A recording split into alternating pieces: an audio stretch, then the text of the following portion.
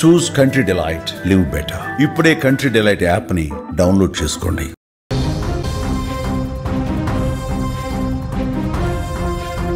తెలంగాణ ముఖ్యమంత్రి రేవంత్ రెడ్డి నేతృత్వంలోని ప్రభుత్వం డిజిటల్ విద్యను ప్రోత్సహించేందుకు ఒక కీలకమైన నిర్ణయం తీసుకుంది. రాష్ట్రంలోని ప్రభుత్వ పాఠశాలలకు ఇంటర్నెట్ కనెక్టివిటీ అందించడం ద్వారా విద్యార్థులకు ఆధునిక సాంకేతిక బోధనను అందుబాటులోకి తీసుకురావాలని లక్ష్యంగా పెట్టుకుంది. అందుకోసం రాష్ట్ర వ్యాప్తంగా 22,000కు పైగా ప్రభుత్వ పాఠశాలలకు ఉచితంగా ఇంటర్నెట్ సౌకర్యం కల్పించాలని నిర్ణయించింది. పాఠశాలల్లో డిజిటల్ బోధన, ఆర్టిఫిషియల్ ఇంటెలిజెన్స్ ఆధారిత విద్యా పద్ధతులు, ఇంకా ఆన్లైన్ కంటెంట్ను సమర్థవంతంగా వినియోగించుకునే లక్ష్యంతో ఈ భారీ ప్రాజెక్టు అమలు చేయనున్నారు. ఈ డిజిటల్ కనెక్టివిటీ లక్ష్యాన్ని సాధించడానికి విద్యాశాఖ 2 ప్రధాన సంస్థలు BSNL, T-Fiberతో పాఠశాల విద్యాశాఖ అధికారులు ఒప్పందం చేసుకున్నారు.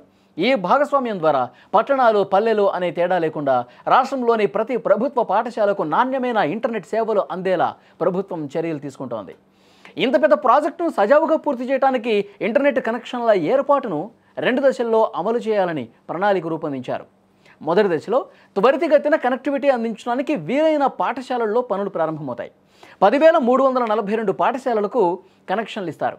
ఇందులో 5,342 స్కూళ్లకు BSNL, మిగిలిన 5,000 స్కూళ్లకు T-Fiber ఉచితంగా ఇంటర్నెట్ సేవలు అందిస్తుంది.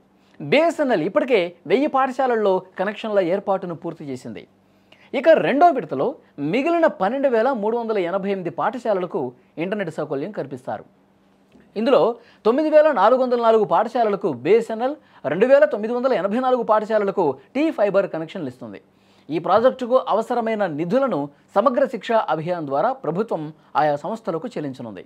వాస్తవానికి రాష్ట్రంలో 2025-26 విద్యా సంవత్సరం నుంచే పలు ఫౌండేషన్స్ సహకారంతో డిజిటల్ తరగతులు ప్రారంభమైనప్పటికీ ఇంటర్నెట్ సౌకర్యం లేకపోవడంతో అవి పూర్తి స్థాయిలో విద్యార్థులకు చేరలేదు.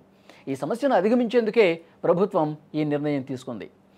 ఈ ప్రతిష్టాత్మక ప్రాజెక్టు అమలుకు అవసరమైన నిధులను సమగ్ర శిక్ష నిధుల నుంచి కేటాయించారు. రేవంత్ సర్కార్ తీసుకున్న నిర్ణయం తెలంగాణ విద్యా వ్యవస్థలో డిజిటల్ విప్లవానికి నాంది పలికినట్లయింది.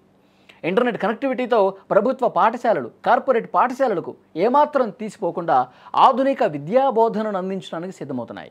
ఈ ప్రాజెక్టు పూర్తయితే రాష్ట్రంలోని విద్యార్థులు కేవలం పుస్తకాలకే పరిమితం కాకుండా డిజిటల్ రిసోర్సెస్తో తమ నైపుణ్యాలు మెరుగుపరుచుకునేందుకు అవకాశం లభిస్తుంది. కాంగ్రెస్ ప్రభుత్వం తీసుకున్న ఈ నిర్ణయంపై మీ అభిప్రాయాన్ని కూడా కామెంట్ రూపంలో తెలియజేయండి.